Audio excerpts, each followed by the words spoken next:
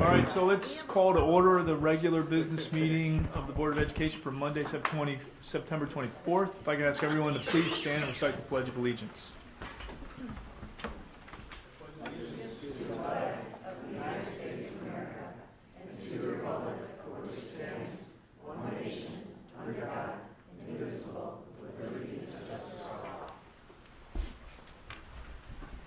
Okay, roll call, please. Jim Benson. Here. Pat Rudy. Here. Lisa Hessel. Here. Kevin Huber. Here. Scott Luce. Here. Aaron Lundstedt. Here. Casey Rooney. Here. All right, so we have everybody tonight. Our agenda, we will open it up for public comment. If there's anybody who'd like to speak, ask you to limit your comments to 3 minutes or less. We will have a very good educational presentation tonight on the Berlin Professional Learning Tour and Global Youth Leadership Summit from the summertime. And we'll have updates from our student school board reps, superintendent's report. We'll approve the consent vote agenda, which we reviewed last week in committee. We will have a brief update from facilities and finance, a couple comments on program and personnel, no property, no CETO. Brief CETO update. ISB, Jim? No. Okay. And then we will convene an executive session this evening. Other than to reopen, to return to open session, we will not be taking any action. And the subject tonight is collective negotiating matters, 5 ILCS 120/2C2. Right? Anything else? All right, so let us start. Anybody from the public who would like to speak tonight? No? Okay. So we will move on to our educational presentation. Dr. Rita Fisher, Assistant Superintendent for Curriculum and Instruction, addresses the board. Very excited tonight to invite all of the participants in the Berlin Professional Learning Tour and the Global Youth Leadership Summit students to come join me. We're going to share, I'm going to start by sharing a brief history of how we got to the point that we were experiencing this amazing summit. And then each of the participants is going to share kind of snippets of what we experienced while on tour, as well as the impact that it's had on them personally and their practice. So it was just a year ago that I was fortunate enough to attend a scholarship trip to Helsinki and Milan. And that experience came just after having spent a week with educators immersed in professional learning, something that we've repeated over the last 2 years.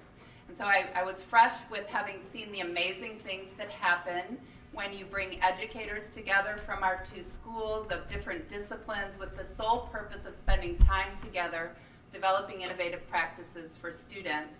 When I experienced what it was like on a world stage to see educators engaged in that same thing with students who were at a summit using design thinking to solve a challenge connected to the global goals. It struck me at that time that if we were truly to provide global experiences for our students, that it was really important for us to develop something similar for our educators, that we needed to prepare educators for that kind of learning so that they could support students in engaging in that learning. And from that moment in July 2017 until July 2018, we spent a lot of time and energy working with EF to design an experience that would be unique for our teachers, but would also have us collaborating with educators from across the United States and across the globe.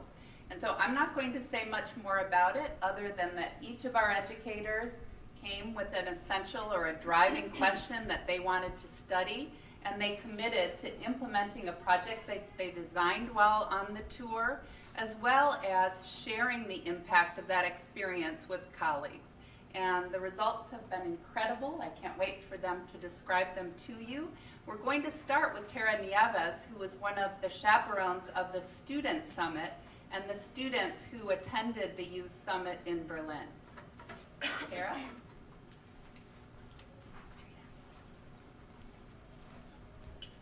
Hi everyone, my name is Tara Nieves, and I was one of the chaperones along with Emily Kerner from LHS. We were lucky enough to accompany 4 of our students from District 128, 1 from Vernon Hills, and 3 from LHS. I'm going to let 2 of our students who are here tell you about their takeaways and their experiences, but I do want to highlight how well our students represented District 128 and our philosophy. From the very beginning, these students were dreamers and doers. We had 2 who were extensively traveled, 1 who had been to Mexico with her family, and 1 who had never been out of the country. And these 4 decided to go on this trip, which none of us had been on before, and become our inaugural group. Of course, our students are aware. They were aware of where we were and how it was different and how it was similar, and they were struck by all of the scenes that we were able to see. They were resilient and healthy. I saw them walk to the very tip top of Mount Pilatus. I saw them go down another Swiss Alp on a toboggan, and I thought, oh my goodness, we're going to crash and burn, and they did it well. Certainly, they were inquisitive. Emily and I looked at each other so many times and nodded our heads because we knew what each other was thinking. We were thinking our kids are so inquisitive. Whether it was in their collaborative groups with people they didn't know, whether it's when we were on tours of under mountain mines, or when we were listening to experts on energy efficient homes and environments, they were asking questions and they were engaged. And then, of course, they were nimble. They tried new food. They never complained about how late we were up or where we were going or anything along those lines. And when we got a very long layover at the end, they were exceptional, right? And then, of course, they were great representatives of our global aspect. They made friends from Maine, New York, Florida, all across the country, and in some cases even across the globe. It was quite an honor to travel with them and to see how amazing our kids are when we're outside of these walls, which of course we know that already. So last year we had 4. This year, upcoming year, we have 32. And so we're excited about that as well, but we are mainly excited about having 4 exceptional ambassadors. Student voice is always what matters, and so we're looking forward to them speaking to the next group and telling them what they have to look forward to. And with that, I would like to introduce you to 2 of our 4 travelers. We have Sammy Burkett and Tanner Blacker, a junior and a senior from LHS. Hi, I'm Sammy Burkett. I loved traveling around Europe. That was amazing, but probably like my favorite part was the Leadership Summit. It was awesome to work with kids like from around the country, but also from around the world, solving like a problem for a specific person, and it was just amazing to collaborate with just so many awesome people. All right, yeah, so I'm a senior from Libertyville, like I said. I also was there. I mean, it was definitely like a really cool experience. I'd already traveled a little bit, but this was just kind of different because like you obviously like weren't with like people you had already known. I mean, obviously Sammy goes to my school, but like we weren't really like friends before we went.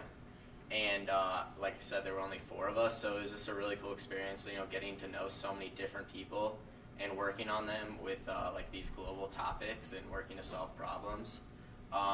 There were also many speakers there that I thought were like very interesting. You kind of like motivated you to work through like the problems at hand.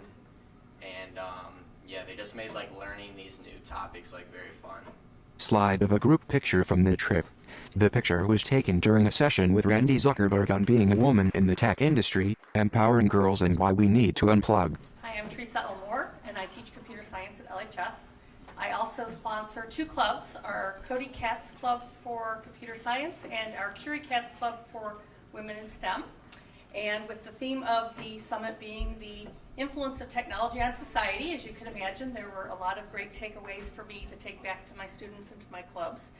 One highlight for me was getting to hear from Randy Zuckerberg, and she talked to us about being a woman in tech and empowering girls in STEM and how we need to unplug sometimes. That was good to know. And I was also really inspired by Jason Latimer, who reminded me that it's really important as a teacher for me to instill wonder in my students and that I don't necessarily need to give them the answers or tell them what is or is not possible, but rather let them determine that for themselves. I participated in a design thinking workshop where I got to practice the design thinking process, which I definitely will be using with my students as we start building apps this year. And two really interesting presenters. We saw the Illuminate dancers, which is a really neat combination of computer science and dance. And then we also heard from Glenn Keane, who is a Disney artist, and he talked to us about the intersection of computer science, technology, and art. So those were just a few of the highlights. It was awesome. Teresa leaves as 2 more teachers step up to the microphone. So I'm Sarah Greenswag, and I'm a social studies teacher at Libertyville High School, and I'm co-presenting with Amanda Carroll, who's also a social studies teacher at Vernon Hills High School.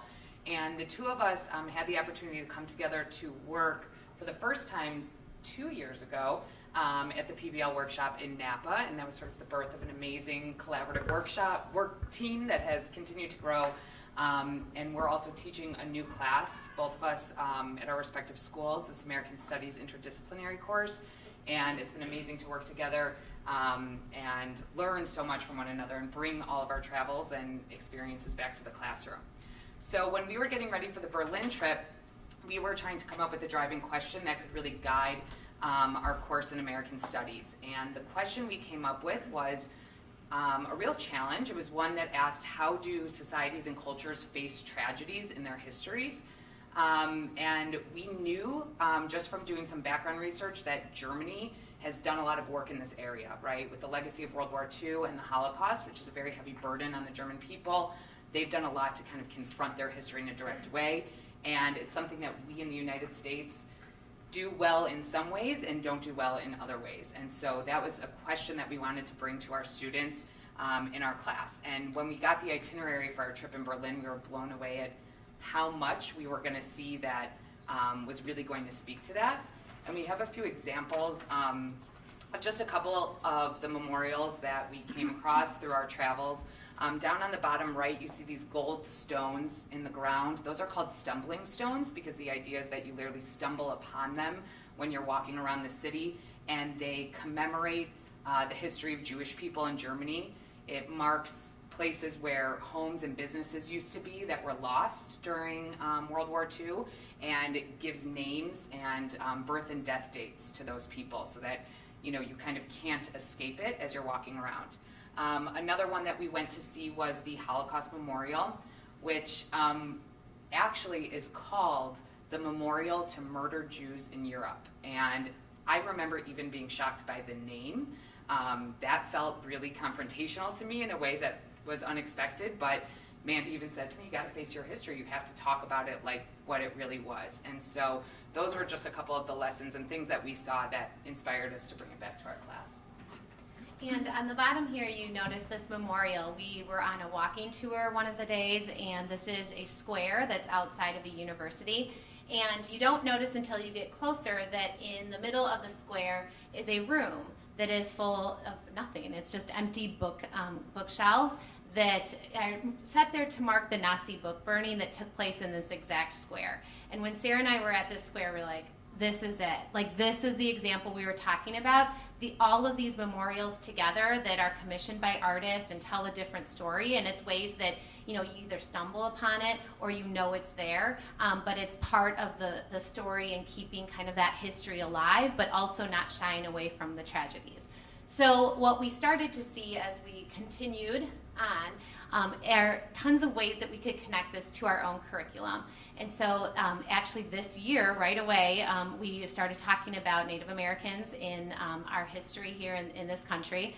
And one of the projects that we did at both schools after learning about the Native Americans was for the students to design a memorial to the history of Native Americans. And so they worked in a group. They could take specific to like the Trail of Tears or something more of like a broader memorial. And this is one of those things too where you don't know where students are going to take it, and both of us were blown away by the ideas that these students came up with. There was everything from a walking path, a race that would raise money for Native Americans today who are struggling. Over here we had a boarding school. We talked about the experiences of boarding schools, and so the students created this boarding school memorial to Native Americans. And then this idea of student from LHS was the Wounded Knee, and so this would be a statue, and each scar would represent a different struggle. And so this is what students are coming up with simply us showing our trip pictures and saying, hey, we saw how they were commemorating their history, like what can we do here? Amanda Carroll returns the mic to Sarah Greenswag. And then another experience that just sort of happened spontaneously, as things do on a trip like this, was an eye-opening moment where we saw the meeting of two strangers, women who had grown up separately, one in East Germany and one in West Germany, and who met for the first time to do basically a panel discussion of their experiences, really focusing in 1989 when the wall came down. One of them, the one who lived in East Germany, had tried to escape and was in prison for 6 months when the wall came down. The other one, who was living in West Germany, talks about, just how all of a sudden these things were open to her. She was able to meet people, go places that she had never been to, and they were able to communicate with each other, share their own stories, and find so much common ground in their own histories. And that really inspired us in thinking about how can we offer our students opportunities to tell their stories, to tell the stories of other people, and to build empathy through that work. And so we started implementing that as sort of a big theme in our curriculum as well. And Mandy's going to talk about how we did that. So what we saw over and over again were these opportunities that, out there in the world, empathy and communication and all of these things really are important to kind of understanding each other. And so part of the curriculum that we brought into American Studies was that students the first week of class worked on those important skills. How do we build empathy in our classroom? How do we build those communication skills, those listening skills that are so important and that are important early on to build a norm for your classroom? And so this is one of the workshops we had attended at the Global Summit was this idea of empathy toys. And so we had our students walk through this activity day 2 in our classrooms to really understand that they need to listen to each other, that they need to understand where people are coming from. And this was, once again, amazing to see what they came up with, saying comments like, yeah, I really realized I need to stop and be quiet for, some time and just listen. We're like, yeah, right? Like, we all need that. Or so, like, if you give bad directions at the start and your foundation is off, the whole thing is going to be a mess. Right. So it was those great moments. And so what we've also decided to do with this idea of empathy is bring it to the staff as well. So coming up, there's going to be 2 opportunities at both. You can tell we like to work together even though we're at different schools. So at LHS, Sarah's going to be doing a breakfast and learn, in which she's going to show staff how they can use the same strategy of building empathy in your classroom. And then coming up in our hotspot, we're going to be focusing that in our lunch and learn and just kind of showing teachers also how they can, start to build these important skills with their students. And so all of this, which obviously we could go on all night, but came from this experience, which was so amazing. Slide. Learning empathy through play with session details for each school. Amanda and Sarah turn the mic over to Madeline Powell. Hi, I'm Madeline Powell, and they actually did my part for me for the most part, but I'm going to add a little bit to that. When I first decided to go on this trip, I thought, it's so important for us to be able to hear the stories of the people in Germany and be able to share those stories with our students. But after this experience, I really learned that it's important to provide students with a format to tell their story. And I thought of how can we do that here, where students actually get to hear firsthand from their peers. What their experience has been here, what was their experience before they came here, and how do we incorporate that into something that's meaningful. So, Black Student Union this year is looking at doing a poetry slam, where students get to tell their perspective. And we're looking at how do we incorporate other organizations in our poetry slam. So that is kind of what I'm taking away from this, to give our students a chance to have that voice and to share their stories, but more importantly, to learn from their peers and to hear their stories as well. Madeline passes the mic to LHS Principal Tom Coulent and District 128 Communications Director Mary Todd Eric.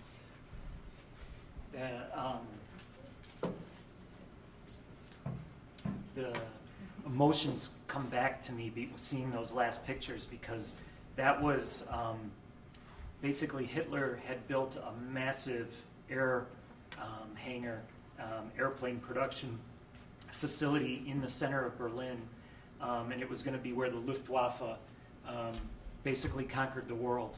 And it was where Hitler's armies and Nazism was meant to literally take off and spread throughout the world. And now you read and heard a lot this last year about Syrian refugees, and that is the spot where all of the Syrian refugees, 1 million of them who have made it to Europe, are now being taken to spend time there, being documented, and then to be moved to relocation centers throughout Germany. The irony wasn't lost on any of us, this idea that where Hitler meant to take over the world was now coming to Berlin. And I could go on and on about that, but the one question you may have as a board is some of the value of this to the district. And as a principal, I can tell you that it was extraordinary, our team being together literally 24 hours a day, but for the 18, 19, 20 hours we were awake, it was nonstop professional conversations. And we were so open, we were learning so much that we were so open to learning that it made us able to really talk about how do we do this with our students? How do we bring these experiences to our kids? And I mean, I would be sitting on the bus after a long day just wanting to take a nap, and Matt would be talking my ear off about the connections here and what he was going to do in his AP European history. It was just an extraordinary professional development opportunity. And as a principal, I got to use this experience. We went to Siemens Global World Headquarters in Berlin. Siemens, as you know, is a huge company, really focuses on innovation, a lot of their engineering and technology. And when I was there, I was looking at both how do they run their organization, because as a principal, I wanted to see how do they run their organization, what could I learn, but also what does it mean for our students that we're creating and preparing to go into the world and maybe work at a world-class organization like this. And it was fascinating because we were there and they were talking about preparing their workers for the digital economy. And they said that Siemens hired sociologists and sent them all over the world for 2 years to do a study to say, what do companies need in order to be successful in the digital economy? And the sociologists came back after 2 years of traveling all over the world and studying innovation and tech companies, and they created this sign up here. This is in the Siemens office, this kind of graphic there. And basically what they found was about 25 different characteristics and skills that they said their young new employees need to have for Siemens to remain competitive in the digital economy. And we said, we don't speak German. Can you just tell us what some of the top ones were? I was fully expecting them to say kids need to code. Kids need to know how to build robots. Kids need to understand how to, do Java and develop apps. They said, the number one thing you need is teamwork. Absolutely teamwork. They said, nothing happens at Siemens when anybody works alone. No one at Siemens does anything by themselves. So the number one skill they have is teamwork, empathy, communication, and then creativity. They implored us to keep our kids in art classes because they said it is in the art classes where our students learn to create. And this global engineering company, German engineering, right, are wanting what they call the soft skills, but what we started to call the core skills. Because if you think about our daring, and it inspired us so much because our daring mission was already done, and so much of that speaks to those core human skills. And this tech company was basically telling us, hey, we'll teach students the tech stuff. We can't teach them the core human skills that help them relate to one another and to people across the world. So it was very inspiring to me as a principal that our schools and that the work we're doing in our classrooms, yes, we're teaching science and technology and engineering and math, but we're also inspiring our students with this daring mission, and that's exactly what these global companies want us to do. Communications Director Mary Ta Eric. So before we left for Germany, about 2 months before we left, we were able to make a connection with one of the executives at Siemens in Buffalo Grove, who was very excited about what we were planning to do with our teachers and our students in Germany. And they were gracious enough to give us some financial support for our trip, which was great.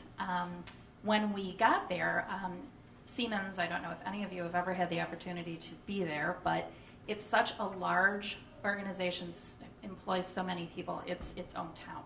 So it's Siemensstadt, is that right? So when we got to do the tour, you can see some of the people in the lower left slide are students who are from a variety of countries, Europe, India, they were from all over the globe, who were there to study and eventually, hopefully, work for Siemens. When we went to the leadership conference, we were also able to spend some time with them because they were participating in the conference as well. So we got to talk to them a lot about the differences or the similarities between our educational systems and answer their questions. And it was just a great opportunity for dialogue. And our hope is that Siemens, we will continue our discussions and conversations with them and see how our students can eventually get into internships and some of the global programs that Siemens offers. Matt Clifford replaces Mary at the microphone. Hi, my name is Matt Clifford. I'm a social studies teacher here at Vernon Hills High School, and it was a pleasure to spend time with my colleagues, and I want to echo Tom's feelings on it. Any opportunity you have to work with people that are passionate and knowledgeable is an experience worthwhile, let alone if they're your coworkers or they're people internationally. So one of the things we were able to do in our tour of Berlin is to examine the multifaceted approach of education in Germany. So through Siemens, we got to see the technological side. But I want to speak a little bit to a private school that we were able to visit there. As you can see in this picture, we have the Evangelische Schule, which is the evangelical private school that we went there. And what was fascinating about this school was their focus on problem or project-based / learning. So the PBL design, which is something that we were really kind of looking into on this tour, is there a way that you can influence students and really inspire them to take more ownership and passion of their learning? And so, next slide here. So here we have Florian. He's a bright mind in education, to say the least, a really fascinating individual and somebody that we are able to learn a lot from. But one of the things that struck us when we went in there was the global goals were one of the things that they had posted there that we really focused on here in our district. And they were in German, but we knew what they were because it's the same layout and the same graphic. So it was really fascinating. And the idea behind that is that students are trying to solve some sort of issue or problem within the world. So that was embedded into their curriculum. You can see in this other picture, this is the layout of how their days work. So the days are very different, I think, compared to the way we traditionally run schools in our area, because we're doing different things on different days. But they all kind of focus on marrying content with skill, which is something that struck me. I'm a history teacher. Content's really important to me. Sometimes when people are like, oh, we're going to skills, I'm like, but I want them to know stuff, and I get a little nervous. But what Florian was able to really show is the effectiveness of both developing skill and content with a model like this. So I've applied it, I'm starting to apply it into my own education because I'm kind of buying into it a little bit. Just a little. College board's tying my hands a little bit on completely, but we'll do a hybrid. So one of the other features, if you'll go to the next slide here, I don't want to take up too much time. But one of the other features is the student ownership piece. And it's kind of like, I think of it as dualistic ownership, because they begin to take ownership of their own education and their own projects that they have to work through, and for completion for graduation, they work through these different projects. But the other side of it was, and we can see here in the upper left, a student at the Evangelische Schule. She helps a lot of her fellow classmates. So there's this issue of team building that's really important in their PBL model. So not only are you supposed to develop your design, you're required to help others develop theirs. And in so they really took advantage of student ownership and empowerment, which was really amazing. And in the end, they really developed a lot of those skills of team building, analysis, critical thinking, and they seem to know a lot too, so a lot of content as well. So it was a really, really awesome experience. I thank you for allowing myself and others to go on it. It was really enriching.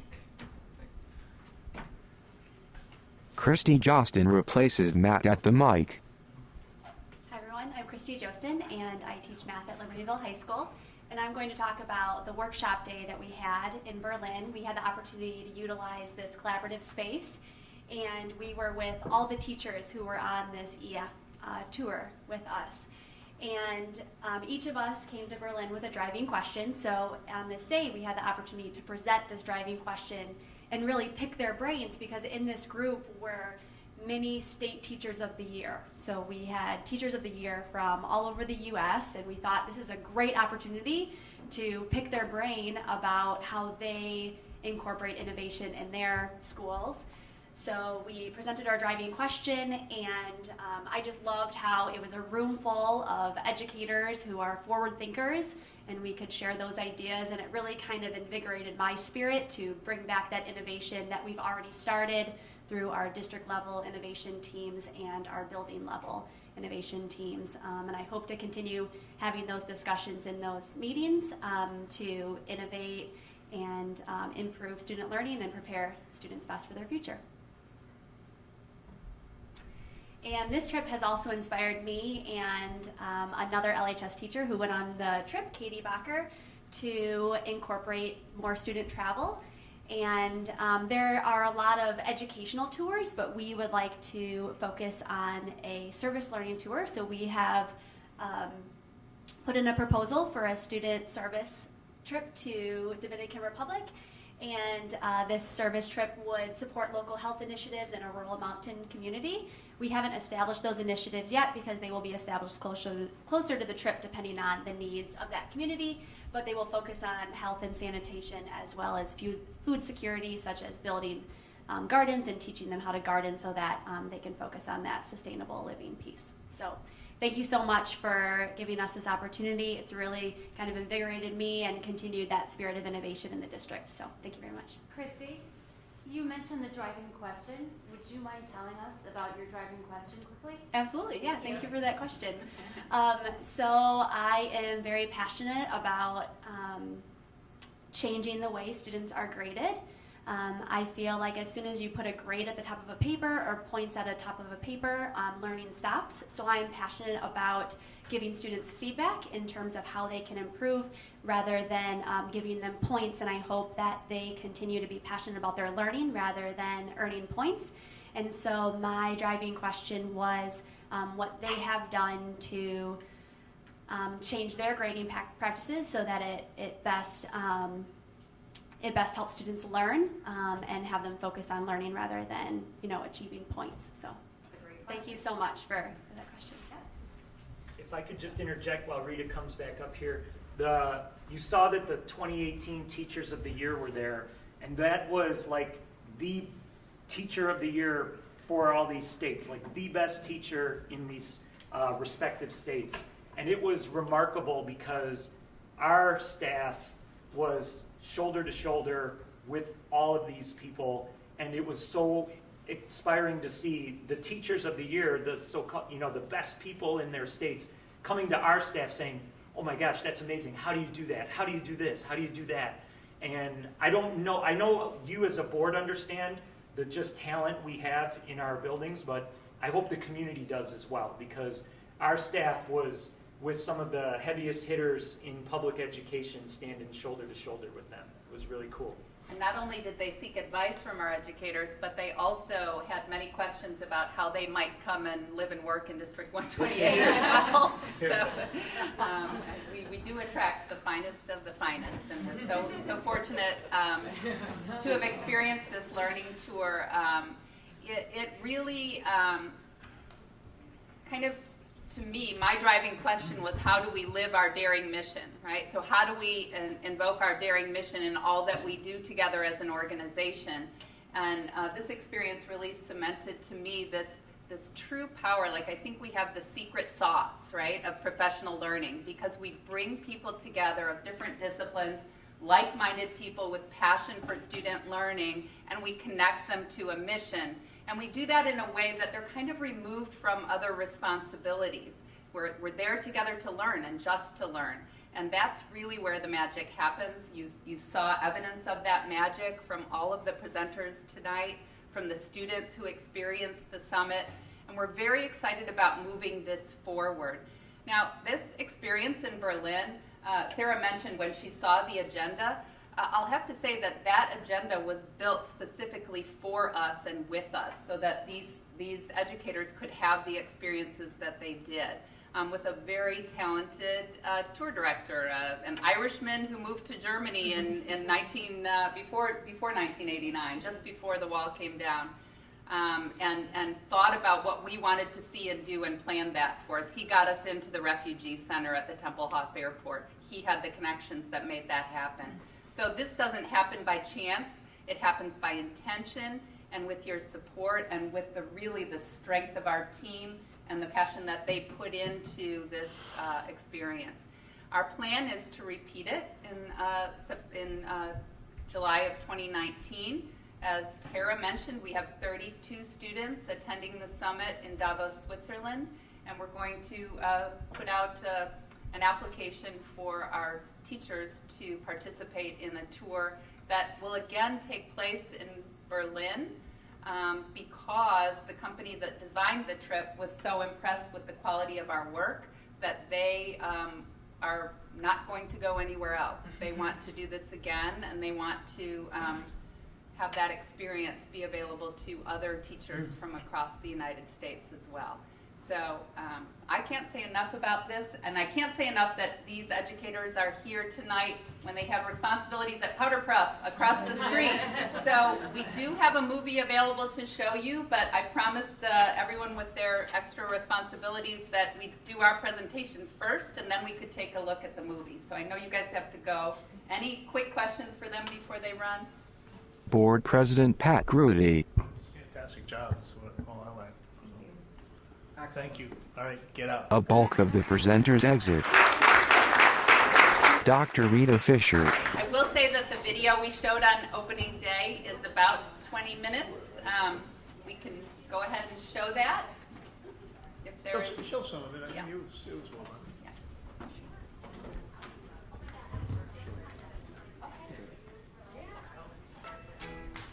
The District 128 logo with text Community High School District 128. Welcome to the 2018-19 school year.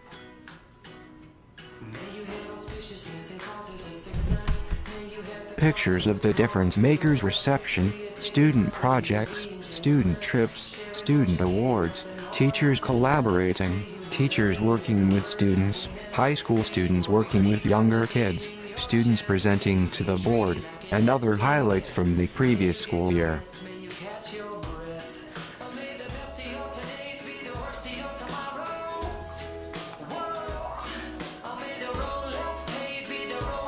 Pictures of the difference makers reception, student projects, student trips, student awards, teachers collaborating, teachers working with students, high school students working with younger kids, students presenting to the board, and other highlights from the previous school year.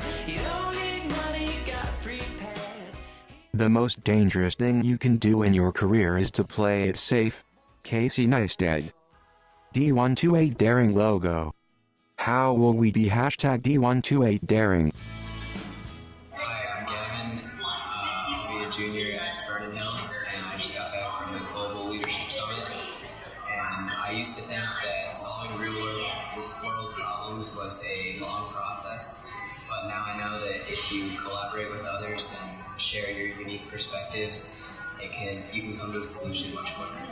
Developing an essential question before coming here, I kept thinking about the courses that I'm teaching and this idea of problem-based learning, and I haven't integrated problem-based learning in the classical sense really in my courses. I have like snippets of it, but this idea that I wanted to develop a driving question that takes the whole year, that drives through the whole year, and I think I teach a European history, and that's all I teach now, and so it's kind of this Western thing. So I was thinking about what is it about the Western world that could really link to this experience in Berlin but also could be a driving question.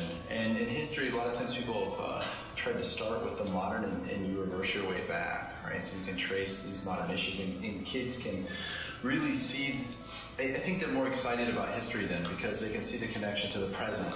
And I think it's a really good idea of building empathy. So I was thinking, what's the crisis of the Western world right now? And I think it's the development of extreme nationalism, I think is one of them. So, and here we sit in Berlin as perhaps one of the greatest examples in the West of nationalism run amok. It's in history, right? Like the Nazis and all the atrocities that committed there.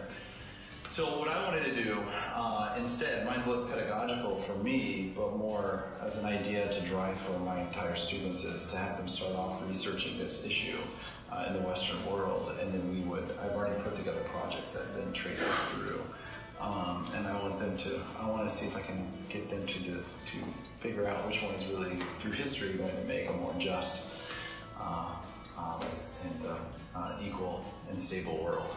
So that's kind of where I'm going right now. So my question is, I've been working on this project is to drive my whole year. So I'd appreciate any feedback and help in that, because this is my first kind of endeavor into like a problem-based learning type project that is completely year-long. So I took each of the 6 letters and incorporated something small. And I thought that would just weave it through the year instead of just doing one thing once in the year. If I could, exactly what you're saying, is if you could put a little bit in all the time, it just makes it more routine.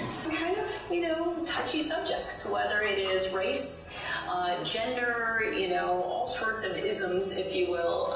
And so I think I want them to be comfortable with the people that are in their classroom, that they can ask questions, they can talk about their feelings and their beliefs and the different, articles and the different things that come up in the news, whether it's, police brutality or, the Me Too movement, things like that. So that comfort level, I think, is really important. So valuing and building relationships within our classroom, I think this is really, really helps. But, as I said, sociology just kind of, it's everywhere. I can find daring, so it's just kind of cool. And so my view of all of this is that, in each of these different areas, for them to be able to kind of, initially, teaching them what daring is all about, but then for them to go, oh, that's really ambiguous. I get that.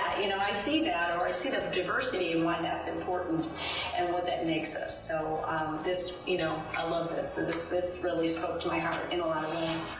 I used to think that it was going to be difficult to add our new daring mission into my chemistry curriculum. After witnessing the transformation at the Tempelhof Airport, engaging with students at Siemens Vocational School, and witnessing the energy and determination of students at the Global Youth Summit, I now know that I am fully invested and excited to add the new daring mission into my class. My motivation to make this happen comes from the words of wisdom from Randy Zuckerberg, Glenn Keane, and Jason Latmer. When facing the complicated and the impossible, together we can break down walls to open up paths of wonder and imagination. Hi, my name is Sammy Burkett, and I'm a junior at LHS, and I just got back from the Global Leadership Summit. I used to think that some things were impossible, but now I know that impossible is a word that we made up, and I need to keep wondering and being curious and asking questions. Dreamers and doers, we believe we can make a difference. We participate in change for the greater good. We prepare to thrive in our studies, careers, and life. Passionate about computer science, but I'm even more passionate that I believe my students have the power to change the world. I know they do. I just don't think they believe it themselves. So I want them to believe they can change the world. I also want them to be able to prepare for an awesome career, and I want them to believe in themselves. And in particular, there's a lot of populations that are underrepresented in the tech industry, and so I really want to have everyone feel empowered that they belong and that they can do it. So I decided to put the thing there so that even if I'm not saying it, it's just like, hey, here's a question. Sign up, you're doing, you're dreaming, you're whatever. So I thought like a question I could ask regularly is, how could you use this to help? Like, what could you do with this? Cuffs and admissions, and what we did was when we brought it to committee, the things that got kids in was not the grades, because everybody has amazing grades if you're applying to Tufts or outstanding test scores, but it was those little pieces that they could talk about in their essay. these are the things I did, this is how I grew from it. And that is what we talked about in committee. We didn't even talk about grades, we talked about their Real life experiences. experience. Right, and the kids who could write about it, who were able to kind of articulate what they learned and how it changed them and how it impacted them. Those are the kids who got in. So how do we provide opportunities for our students to have those experiences that they can write about and provide evidence for? It's a very project-oriented or project-based learning, because in the first semester we had a small project within our class where we formed teams and created a device to measure the net frequency, where we were capable of put all our knowledge we gained in the first semester in, and as a team accomplished the task to have something which can measure the net frequency.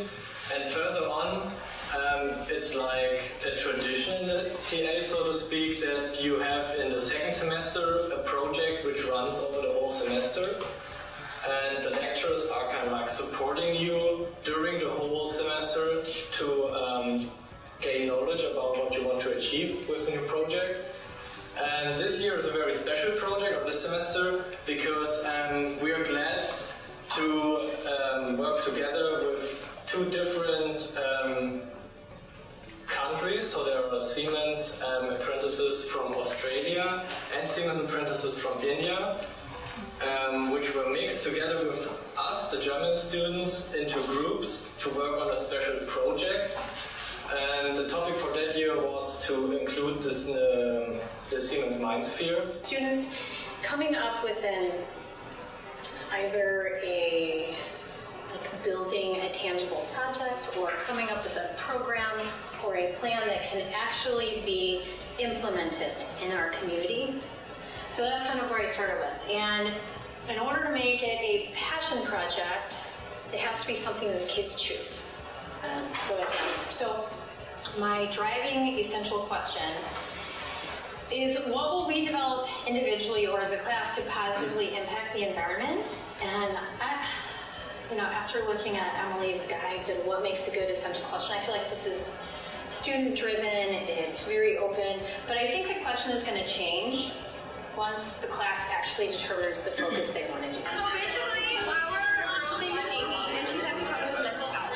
And she wants a way to be able to talk about it, because it scares her to talk to her friends or her family, and hotlines, it's hard for her to connect with people practically. So basically, this watch is something that gives her something to talk to. So if she's feeling sad, she can tap a button on it, and it can call an Uber sort of thing, and it will pick her up and take her to do something brand new. Because in your daily life, if you do the same thing every single day, it's it gets boring and you feel bad, So that's what the Uber is meant to do, because it gets you out of your house and gets you to do something fun and new. And also, by you're using your pulse, it can sense when you're about to feel sad, and then it can contact your personal coach, and that person can send you a good message, or be just so you know you're maybe about to feel upset, but stay strong, and maybe go do something active and get out of the house or something. So that's basically working in progress. So imagine you're at lunch and the bell just rang. You have to get to class, but you don't have time to sort your trash, but you want to make sure you're recycling and sorting your trash correctly. So with this, you just have to put all your trash into the trash can, and it's going to automatically sort through your trash. And based off of texture and weight, it's gonna be able to shoot the trash into the correct spot, the recycling in the correct spot, and the compost in the correct spot. I used to think as a teacher I needed to have all the answers. Now I know it's far more important for me to instill a sense of wonder in my students. Aware, we know what we love and pursue our passions. We reflect frequently to discover who we are and who we might become. I fundamentally believe that we don't actually teach what we teach. That there's no real reason for us to be teaching history in the sense of the facts and the dates and everything. That there's a fundamental thing that we should be teaching, and trying to get us kind of, what are we doing at that level? Whether that's teaching problem solving or creativity or collaboration, these more kind of foundational human skills.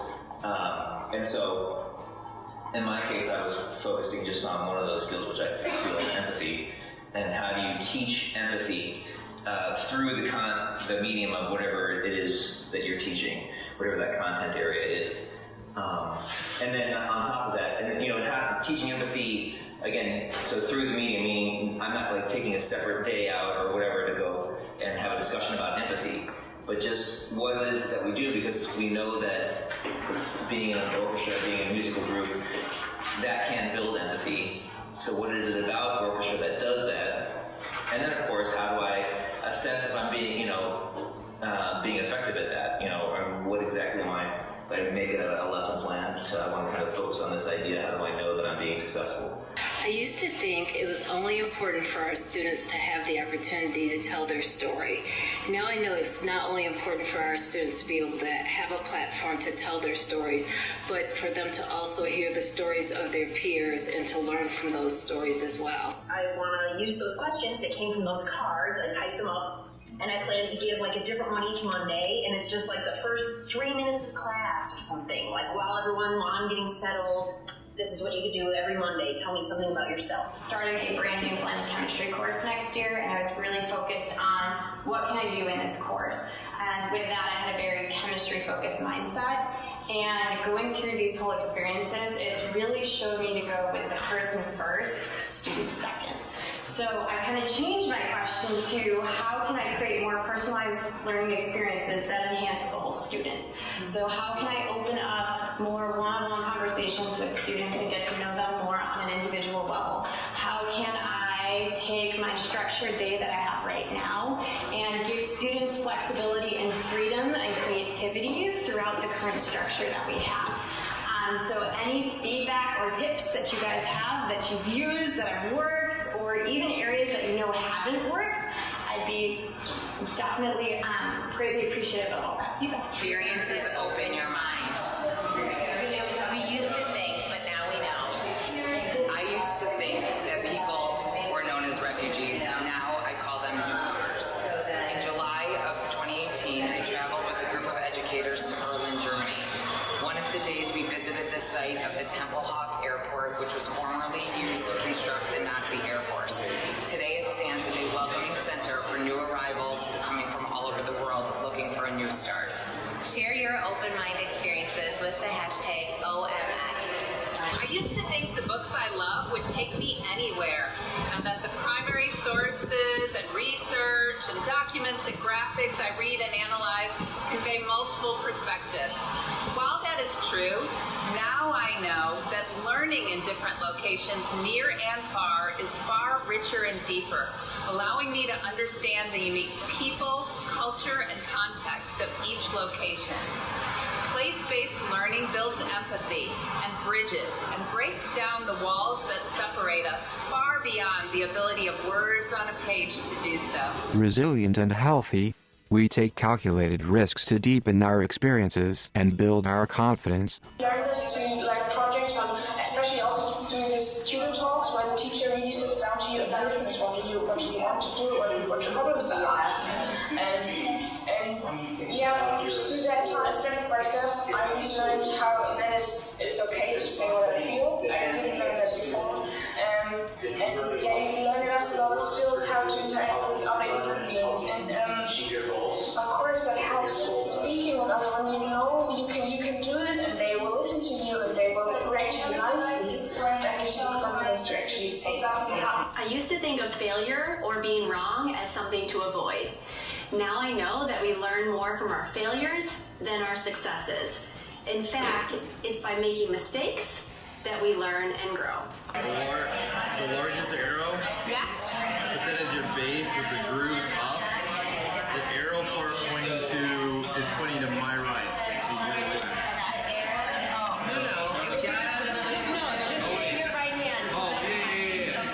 Okay, so the arrow is flat with the grooves pointing up. Yes. And up, like if my hands are on top of the table, I can feel the grooves? Yes. Okay, and the arrow's pointing to my right hand. Yes. Then the triangle connecting piece with the smooth. For resilient and healthy, I want them to focus on their mistakes and not get down about it, but find a positive in each mistake. Inquisitive. We are curious about the world's complicated past, present, and future. And originally we had like sort of specific essential questions for different projects that we wanted to do, but through this experience we've sort of broadened our question to sort of be a driving question for the entire course, which is more about how do we deliberately create safe spaces that empower students to share experiences, highlight their passions, and learn from each other. And then we have a few of our more specific project ideas below that, which have to do with a lot of the themes we've already heard about empathy, listening, understanding, tragedy and how to overcome trauma and instances of oppression and injustice in our history. Hi, I'm Anna Hurd. I'm a junior at LHS, and I just got home from the Berlin Global Leadership Summit. I used to think that technology was reaching its peak, but now I know that it's limitless and we just have to keep exploring.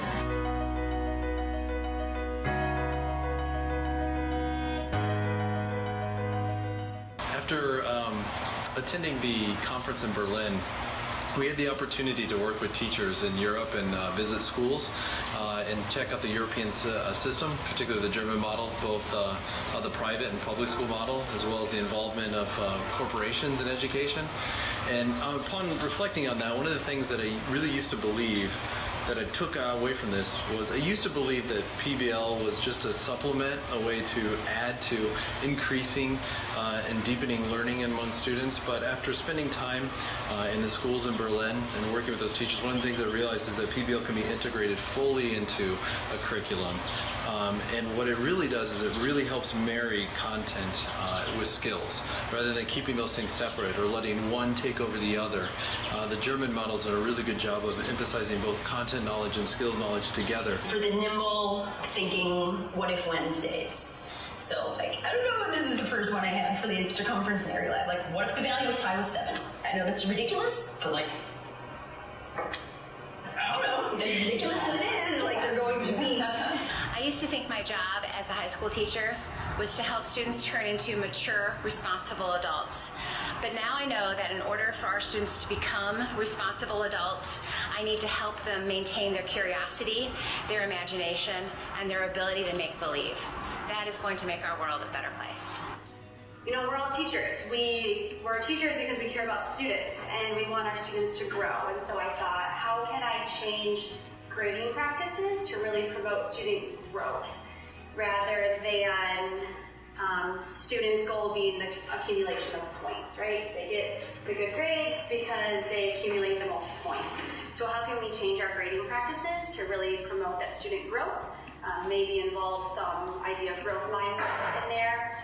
And then also the second bullet point I have on my poster there to the left, so how can grading practices be improved to promote student growth, but also to best prepare students for their own unique future, because yes, maybe certain grading practices are good for the students that are going into a university, but from seeing the school, I was very surprised to hear that about half of their students go to a university and the other half don't. They may take a gap year, they may go into vocational studies. So how can we use grading practices to just best prepare all of our students for whatever pathway they take? So I would love to get your input on ways that you have changed your grading practices, you've seen teachers change their grading practices, or just maybe one of your ideas that you haven't even thought of to change your grading practices. So this is what I'm most looking forward to, is getting your thoughts and ideas to share with me and each other.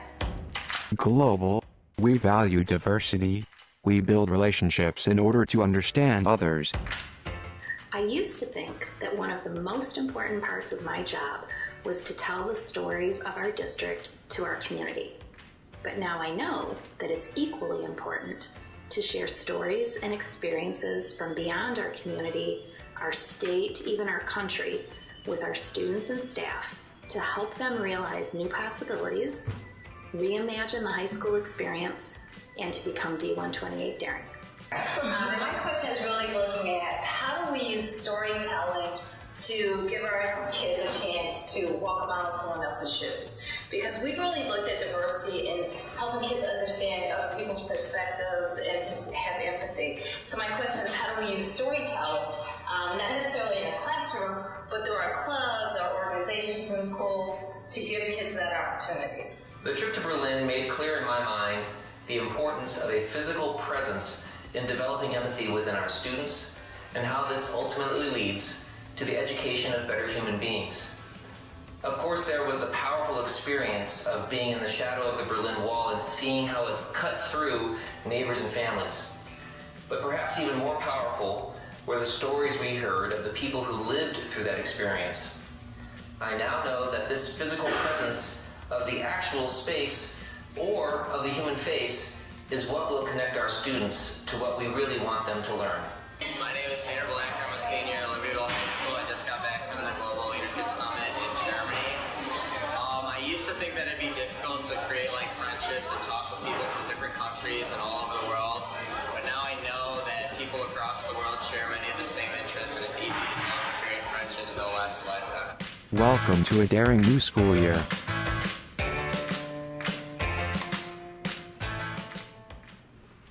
D128 Superintendent Prentice Lee. Rita, any other comments? Thank you for patiently listening. Oh, that was great. We had to share about our exciting events for making it possible for this group to attend and to have the impact that they're having. Well, we felt like it was very important, particularly with the creation and now the implementation of our daring mission statement. This is the most important thing that we'll do because it is really the path forward for the school district. So we took more time than we normally do for the ed presentation because of that foundation piece, not only for the board but for the community that will see that as well. And we want to thank Rita for her leadership, Tom and John, the district leadership team. And I want to give one more time a shout out to Siemens International, Ken Datina, who is in our area in Buffalo Grove. We had a business relationship with Siemens several years ago. They did several $1 million of security work. They're in the vanguard of school security and business security as one of their many businesses.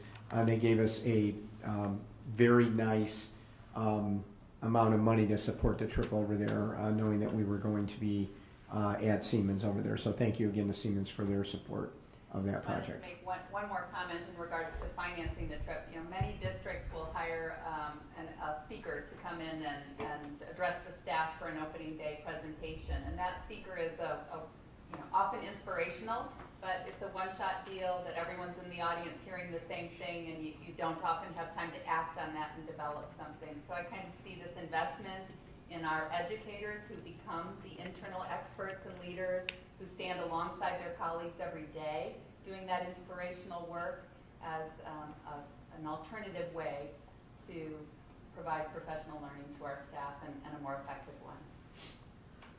I actually have a quick question. I'm a little confused about next year.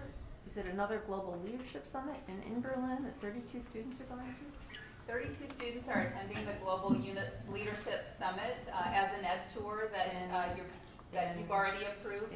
So it's typical to our educational tours that we've offered in the past, student funded. That's the one in Switzerland. It is in Switzerland, and so the company that offers the Global Youth Leadership Summit also provides opportunities for educators to connect to the summit.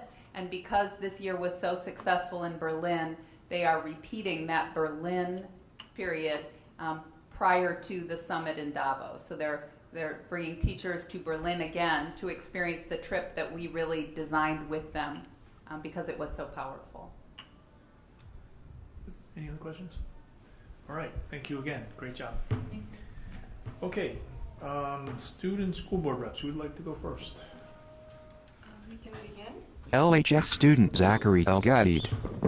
So to start off with athletics, the LHS athletic department rolled out a new initiative with Wildcat of the Week award. Students can get nominated by their coaches and receive a certificate and a shout out on Twitter. The program rewards athletes for excellence both on and off the field.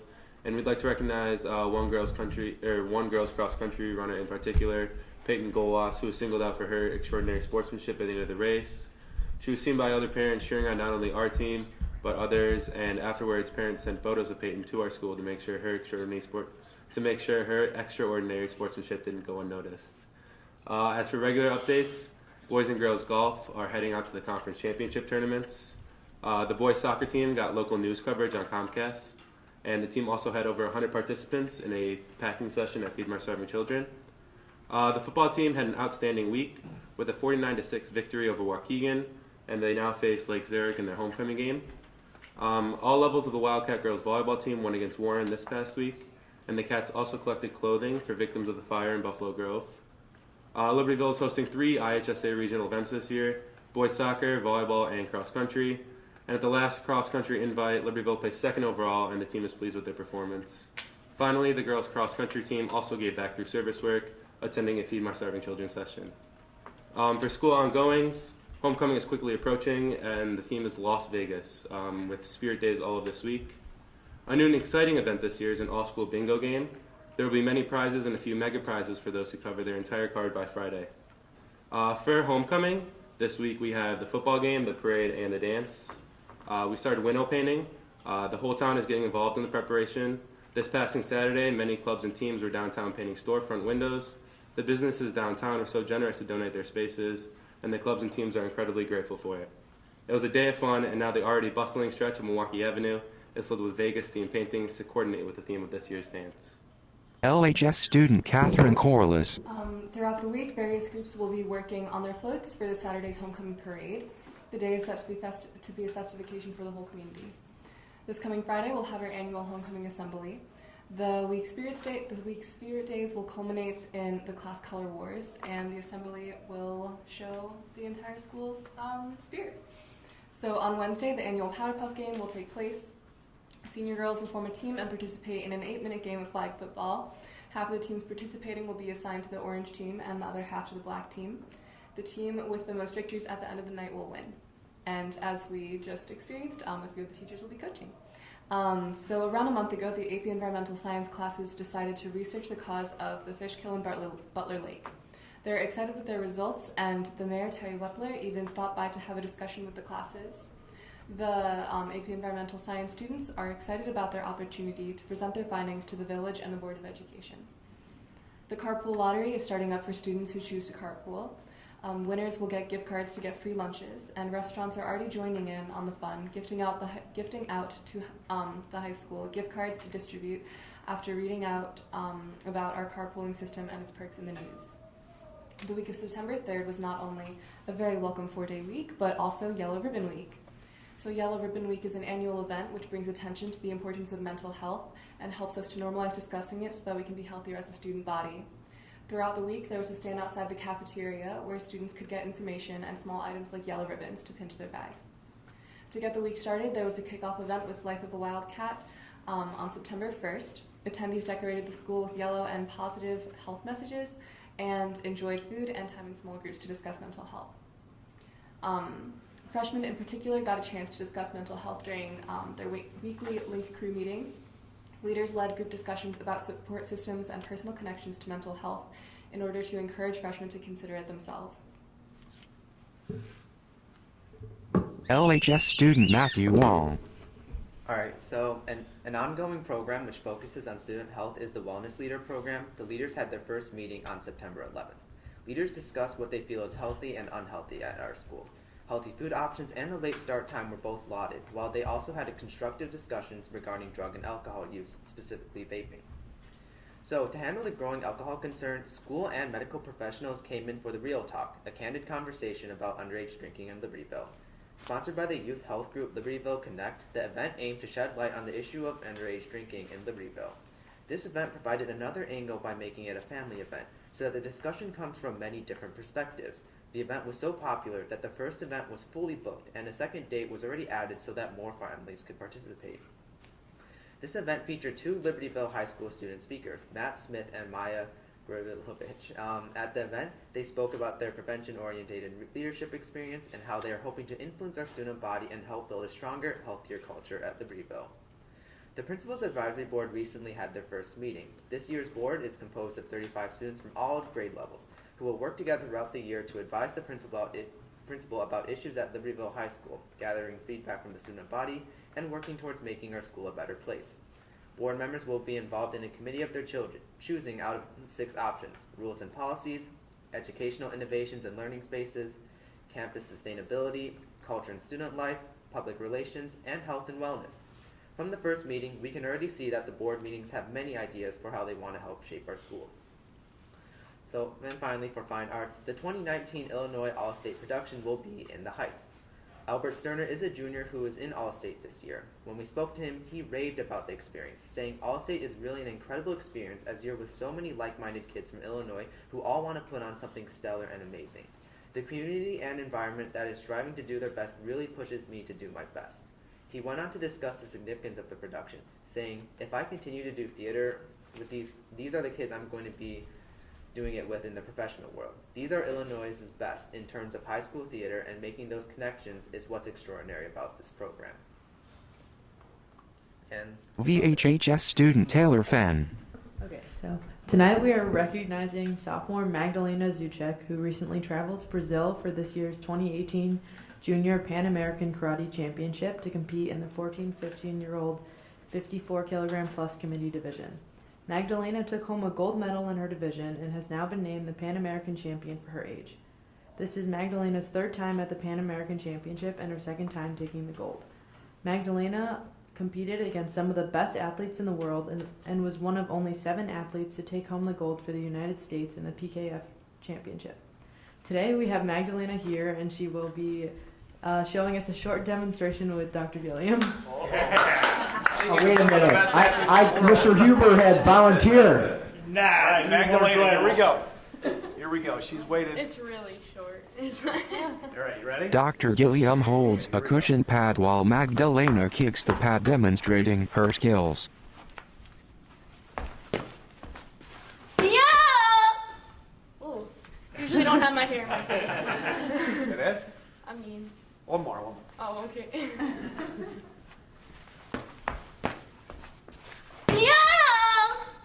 Awesome, you were here. A little Q&A here. So tell us a little bit. How long have you done this? Probably 9 years since I was 6. Since you were 6. How many hours a week do you put into it? 6. I mean, not that bad when the season's off, but then when, like, in the summer, I train every day, like 2-3 hours a day, so that kind of fills up. Yeah, that's amazing. And so we read a little bit about your accomplishments in the Pan Am Games. Where are you headed? What's your goal? Where's this going for you? I mean, Olympics are always a goal, and karate was just added in the 2020, which I won't be able to participate in. I'll be too young, but goal is kind of 2024, possibly getting to there, so. That's good. Give her a hand.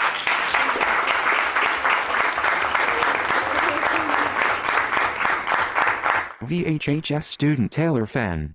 Okay, so this week Vernon Hills will be celebrating its annual homecoming week filled with all kinds of spirited festivities. Yesterday, student council members of all classes came to the school to decorate their assigned hallways for our Hollywood homecoming theme. This morning, Vernon Hills students decked out in different jerseys for Jersey Day were greeted by streamers and golden Hollywood balloons in our main foyer. Right now, our senior girls are pitted against one another in a friendly but competitive game of flag football for our senior girls powder puff game. One of our fellow board representatives, Caitlin Doler, is there right now hoping to take home the win. Congratulations to our National Merit semifinalists, Alexa Pomerantz, Jeffrey Zhang, Valerie Smikolov, Ben Gershenko, Alice Zhang, Jimmy McDonald, and Caitlin Doler. These 7 seniors were recognized for their outstanding performance on the 2017 PSAT and will have the opportunity to receive a National Merit Scholarship. Congratulations, semifinalists. This past weekend, freshmen of Vernon Hills Backlight Theater put on a great show of Edgar Nevarez's The Halloween Tree. The cast and crew has been working tirelessly for weeks on perfecting their performance, and the outcome was fantastic. Senior Jillian Bowes has earned a spot in the National Association for Music Education's 2018 All-National Honors Ensembles on November 25th to the 28th at Disney's Coronado Spring Resort at Walt Disney World in Orlando, Florida. This is the 2nd consecutive year that Jillian has been selected for this honor. Students were chosen through a very selective audition process and competed against top students for a spot in these National Honor Ensembles. Congratulations, Jillian. Last week, the Career Advisory Board met for the first time. Juniors Josina Chua and Darshika Asher are the very first student advisors on the council. Both these juniors were chosen by FBLA advisor Mrs. Benson for their outstanding potential. The two are very excited to be a part of the council and are working hard to make Vernon Hills a better place. These juniors serve to give a voice to the students of Vernon Hills in the council and are even working to make our mission statement daring and an inspiring presence in our community. On October 8th, girls volleyball will be participating in the annual Volley for a Cure at Libertyville High School. The girls will be playing to raise money and have tons of special promotions to support breast cancer survivors. This Friday, Vernon Hills varsity soccer and football will be playing their homecoming games to help Vernon Hills students get excited for the homecoming dance this Saturday. Soccer will be playing against Rolling Meadows and football will be playing against Deerfield, hoping to take home another win on the season. Vernon Hills is one of the only schools that has both soccer and a football homecoming game, and we are so proud of our athletes' hard work. Congratulations goes out to the girls cross country team on their third consecutive win at the Lake County Invite. VHHS student Brandon Kim. So last Friday, Vernon Hills High School was featured on Fox 32 for their Pep Rally Friday segment, and reporter Anthony Ponce walked around the school with Dr. Gilliam as we had drum lines and cheerleaders parade behind them. Especially with all the excitement building up for homecoming week, it was no challenge for Vernon Hills High School students to bring out the best of our school spirit early in the day and showcase what really makes this school and school district so great. Vernon Hills High School senior Bobby Black won first place and $1,400 at the Leonard Falcon International Euphonium and Tuba Festival held August 10th to 13th in Twin Lake, Michigan. And the festival attracts thousands of top players from around the globe for a college and high school tuba and euphonium competition. So congrats, Bobby. With the school-wide encouragement of the Remind system this year, teachers have found an accessible way to communicate with their students through cell phones. However, although it has brought some convenience to the staff, there has been some recent instances where it hasn't been so great on the receiving end. So we've had teachers send Remind messages to parents instead of students. And there have been times when students get added to groups that they are not a part of. And this has caused some confusion for students early this year. And it seems to have become an issue that we may have to take a look at. Coming up on October 10th is our annual Right Assembly, where we encourage freshmen to build respect, integrity, and trust for themselves, their peers, and their school. And this experience has not only allowed students to reflect on how our actions may impact ourselves and others, but has also become an opportunity for freshmen to meet others like themselves. And the senior right leaders will be running activities that revolve around these themes that day. That same morning, as juniors are taking their PSATs, seniors and sophomores will be given service opportunities at Feed My Starving Children. And this is another great example of how Vernon Hills High School students are going above and beyond for our community. We also had our Yellow Ribbon Week last week, where we raised awareness on mental health and suicide prevention. Awareness stickers, petting therapy dogs, and in-class lessons and content on playing the lifesaver role has taught us the importance of mental health.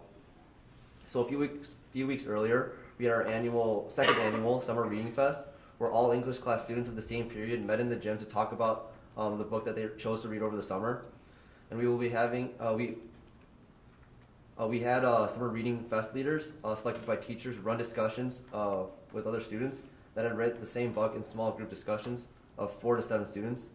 And what I liked most about this event, and I think I can speak for many others, is that it makes reading a book over the summer more enjoyable than having the added pressure of over-analyzing a book, getting ready for a test on it on the first week of school.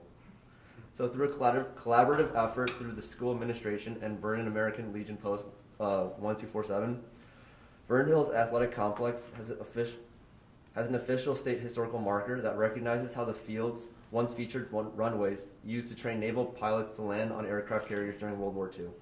So pilots in training would rehearse takeoff and landing procedures from these auxiliary fields and onto 2 aircraft carriers that were in Lake Michigan. And almost 18,000 pilots graduated through this program, including first U.S. President George H.W. Bush. And during the week prior to it, we had U.S. history classes do lead mini lessons each day before the ceremony that took place before the Cougars' first football home game. All right, great job, everybody. Thank you. All right, you guys are free to leave whatever you want to do. Okay, superintendent's report. More good news. Yes, and the students did such a great job. So my list is a little shorter tonight than it normally is, so thank all of you. Again, VHHS senior James McDonald has been named this year's VHHS winner of the Daughters of American Revolution Good Citizens Award.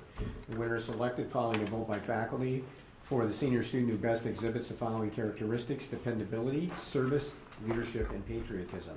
The following LHS students have earned induction into the International Thespian Society, ITS, as active members of LHS Troop 1344 in the 2017-18 school year: Ethan Chen, Abigail Sema, Julie DeNoya, Jacob Kemp, Bailey Latka, Alice Lillydahl, Aaron McCain, Haley Knoll, Zoe Randolph, Kirsten Tawander, and Lynn Tran. LHS graduates Ian Liberto, LHS 01, and Cassie Austin, LHS 13, have been chosen for the cast of the Broadway national tour of Hello, Dolly. District 128 Communications Director Mary Todrick and Assistant Superintendent for Curriculum Instruction Rita Fisher received the Golden Achievement Award of Excellence in the 2018 Communications Contest sponsored by the Illinois chapter of the National School Public Relations Association, or IMSPRA. They received the honor at the September 14th IMSPRA Communications Contest Awards Luncheon in Oak Brook. Golden Achievement Awards are presented for projects that encompass excellence in all aspects of a public relations program, from research to planning, implementation, and evaluation. Mary Todrick and Rita Fisher received the award for their entry, District 128's Daring New Mission. So congratulations to Mary and Rita.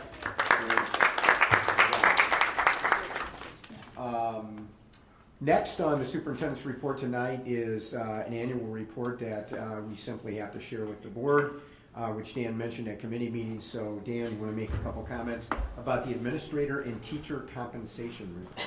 Yeah, this is required by state statute that this is presented to the board before October 1st, and so it's for the prior school year. So that's the information there, and then this information is posted on our district website. Okay, no new information, just a repeat of that for the benefit of our public, and we've met our obligation to do that reporting to the board.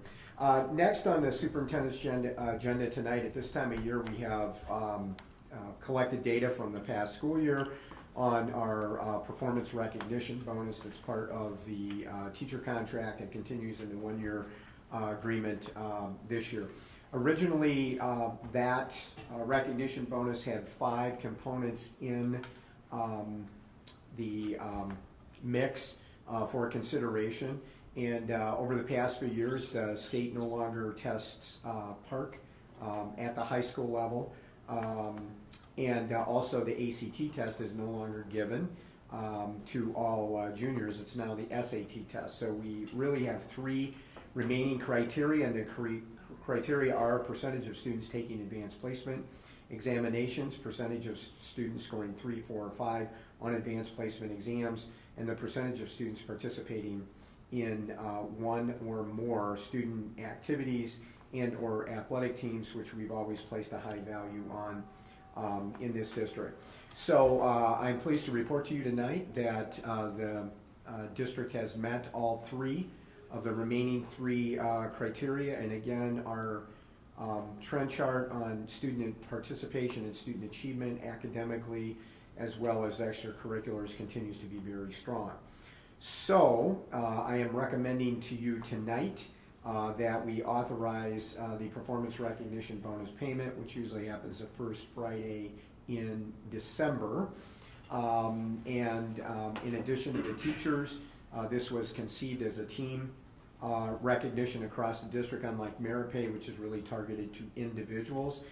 This is really a recognition for the entire district under the philosophy that everything everyone does in the district every day ends up having an impact on whether our kids are more successful and they're more involved.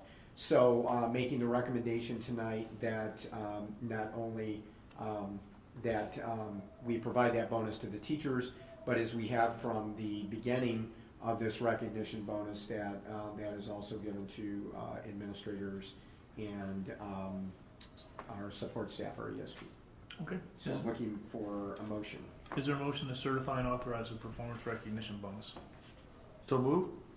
For a second? Second. Any discussion? All right, roll call, please. Batson. Aye. Rudy. Aye. Hessel. Aye.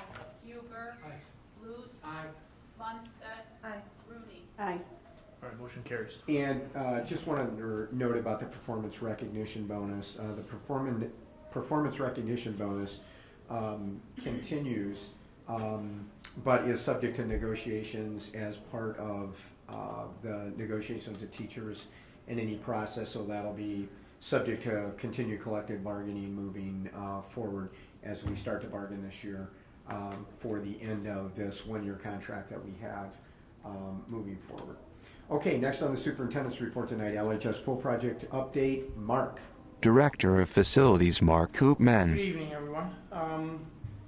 Masonry is moving along. We're starting to look like a building. The north wall has gone up. It's almost complete. They have started working on the vapor barrier on the north wall.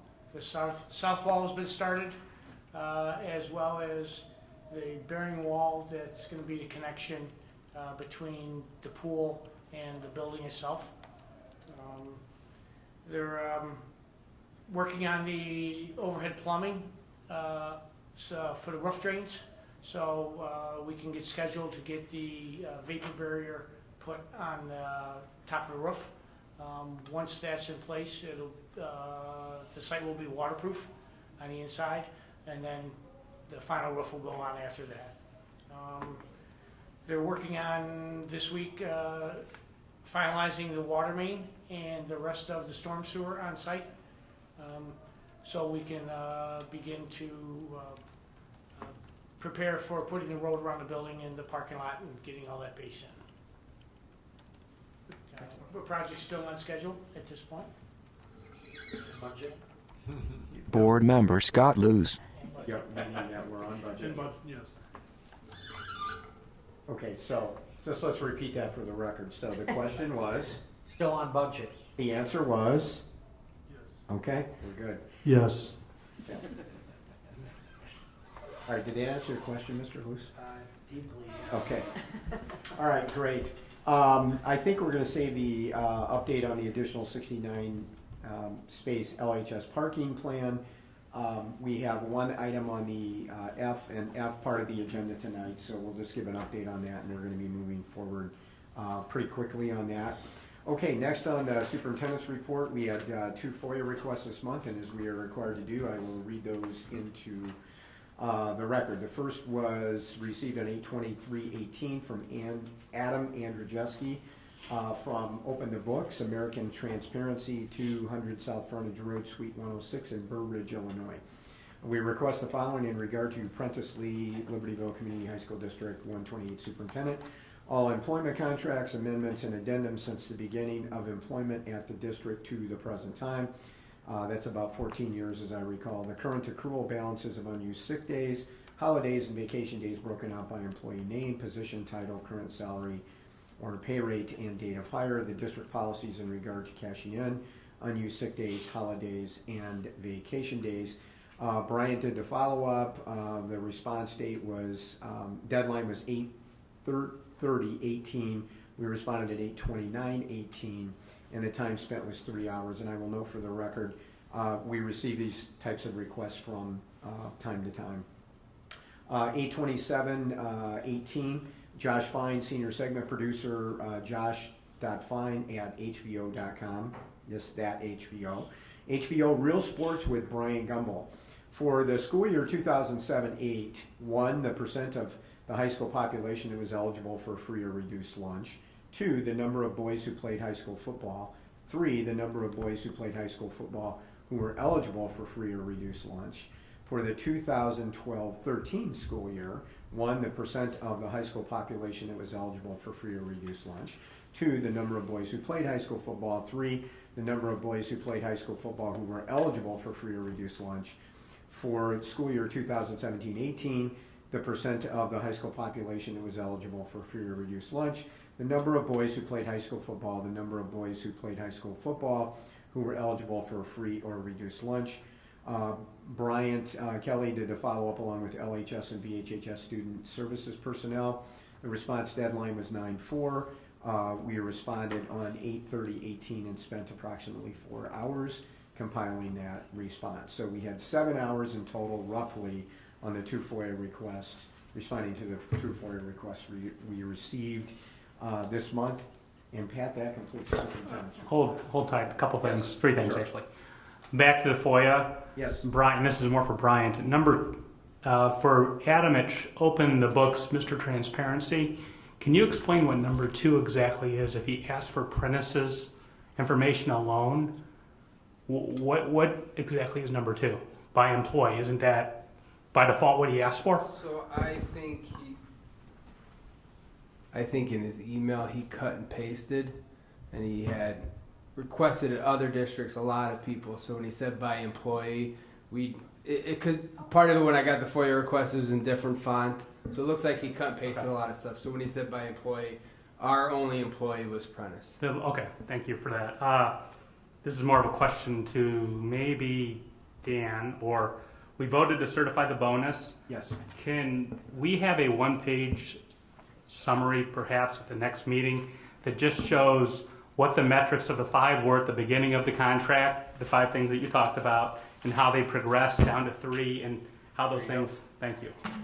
Again, we probably should have seen this prior to the vote, but yeah.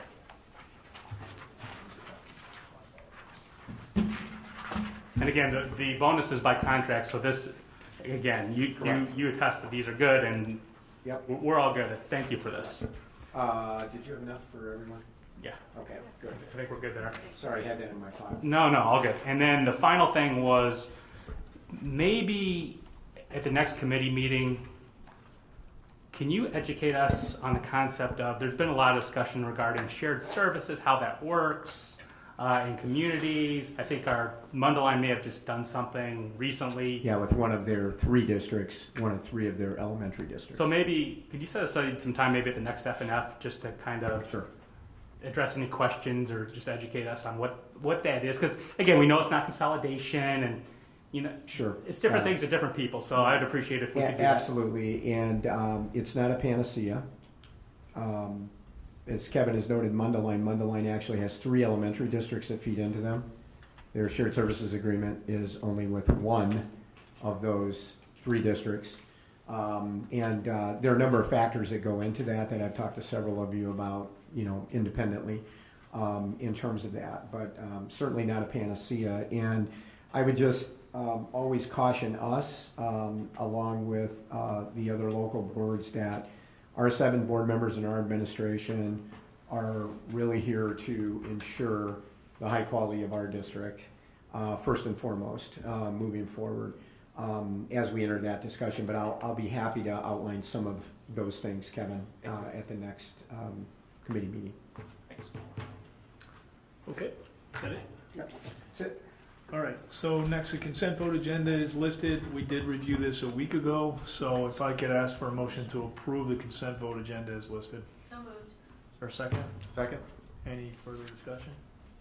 If not, roll call, please. Rudy. Aye. Hessel. Aye. Huber. Aye. Luce. Aye. Lundstedt. Aye. Rooney. Aye. Batson. Aye. All right, motion carries. Facilities and Finance Committee, Chairperson Luce. We have one item. We have one item, bid award, LHS Aquatic Center new parking lot. Dan. Yep, so part of the approval with the village in the approval for the additional parking at LHS, we bid out the earthwork and the paving associated with that project. There's still landscaping and the fencing to bid out and award, but in terms of the other 2 trades, the earthwork and the exterior paving, were done and received. For the earthwork, we received 2 bids. Berger and DK Contractors. The apparent low bidder is DK Contractors for a bid of $187,000. $187,985. And then for the paving, We received 4 bids. The apparent low bidder was All Star Asphalt at $129,800. However, we have service concerns with All Star based on our prior and current experience with that contractor, and we are not recommending to go with them. We don't believe they're responsible. And so really the next what we believe is the lowest responsive bidder is Abbey Paving for $130,965. So it's a difference of about a little over $1,000 in there that we would recommend for approval. For that, both bids came in relative to what we were expecting in terms of the estimate. The earthwork was estimated at $215,000, and so the bid amount would be $187,000. And the paving was estimated at $109,000, and this came in at would be about $130,000. So one was up, one was down. So we're right on with track with what we're expecting in terms of the bids. And so I think the idea is we're looking to go for approval at the October 8th meeting. Special meeting. I'm going to have a special meeting to approve that, and that's perfectly within our timetable for schedule wise to be able to get it done. Any questions? No, Dan, can you just comment on the vendor you're not recommending, the prior experience? Sure. I'll let Mark speak to some of that. They worked for us in a project a few years ago at Libertyville High School, and we had spent extra time making sure that the work was done properly, especially in the floodplain. So our consultants, we had extra fees along with that. And presently, they were awarded lowest bid for the front entrance concrete replacement project here at Vernon Hills. And we are unhappy with the quality of the work and the responsiveness of the contractor to remedy this situation. Are either of the bids that you'll be recommending vendors that are currently working on the pool project? Abbey is the current paver. They haven't paved a whole lot yet, but they've been awarded the bid for the other paving. Berger is the current contractor on award for the current earthwork that's been awarded. So DK Contractors is not the current provider. Okay. Any other questions? No. Anything for other?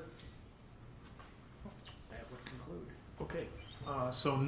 Jim, you want to make a few comments? Yeah, I just wanted to make a couple comments so that people don't look at that and think we didn't do anything in our committee meeting this month.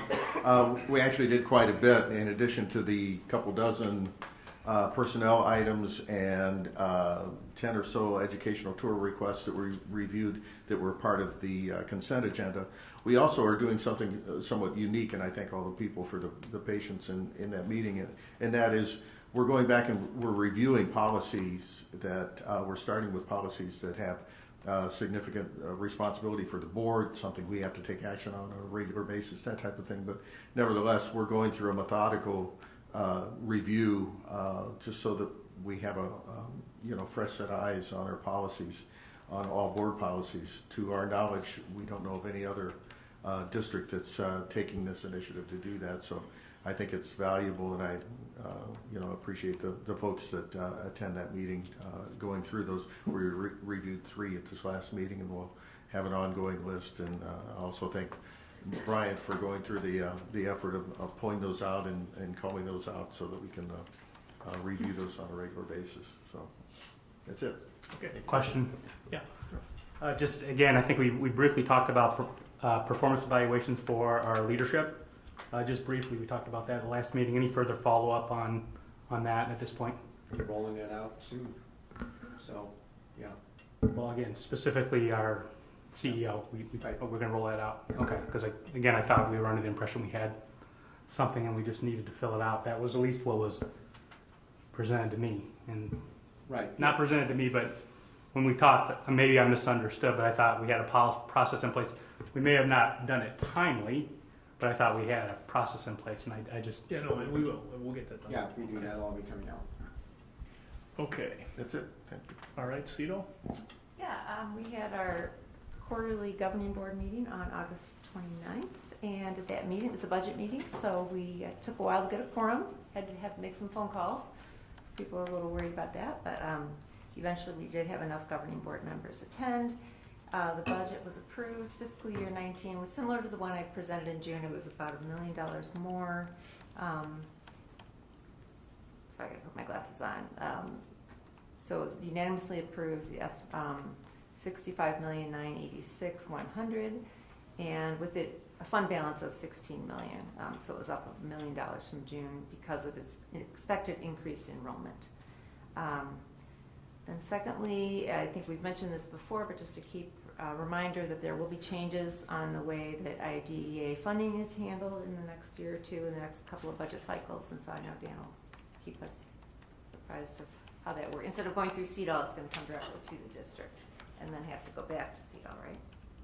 Yeah, so the way IDEA, which is a federal grant, and the main way that the federal government helps offset the cost of special needs education, is the money has historically gone to the cooperative. They keep a portion, and then they will send us the remaining portion. Basically, the federal government has said you can't do that anymore, and so that will no longer happen. All of the money will come to us as districts, and then we will have to write it. So it'll affect a number of things, including even the articles of agreement with CEDAW. So there's going to be significant changes to some of those procedures. Hopefully very small changes to the language in the articles, but that's going to be a feat certainly for CEDAW in this year.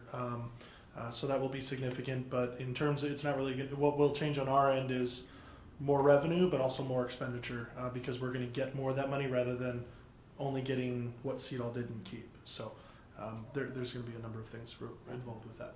Thank you for that. And then just lastly, just the tuition for our district for CEDAW for the actual for 2018, we had 37 students on average daily enrollment, $1,156,215. They're expecting that next year that number of students will go up one, and expecting about $1.2 million will be our tuition. There, that's my report. Okay, great. Thank you for your continued efforts there. Okay, no ISP. So if I could ask for a motion to convene an executive session. Tonight's topic, collective negotiating matters, 5 ILCS 120/2C2. So moved. Is there a second? Second. Roll call, please. Hessel. Aye. Huber. Aye. Luce. Aye. Lundstedt. Aye. Rooney. Aye. Batson. Aye. Rudy. Aye. Okay, motion carries. And again, we have no plans for any further action after the executive session tonight. So good night, everybody. Thanks, Stuart.